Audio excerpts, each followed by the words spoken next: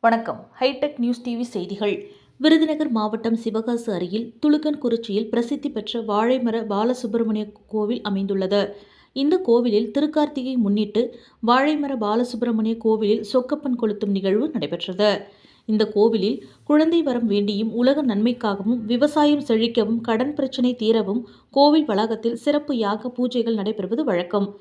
சூரசம்ஹாரம் என்று அழைக்கப்படும் தாராக ஹார சஷ்டி விழா, திருக்கல்யாணம், மாத கிருத்திகை உள்ளிட்ட பல்வேறு சிறப்பு விழாக்கள் மற்றும் முருகனுக்கு உரிய வழிபாட்டு நிகழ்வுகள் நடைபெற்று வருகின்றது. இந்நிலையில் கார்த்திகை தீப திருநாளை முன்னிட்டு வாழைமர பாலசுப்பிரமணியருக்கு காலை முதல் சிறப்பு பூஜைகள் நடைபெற்றது.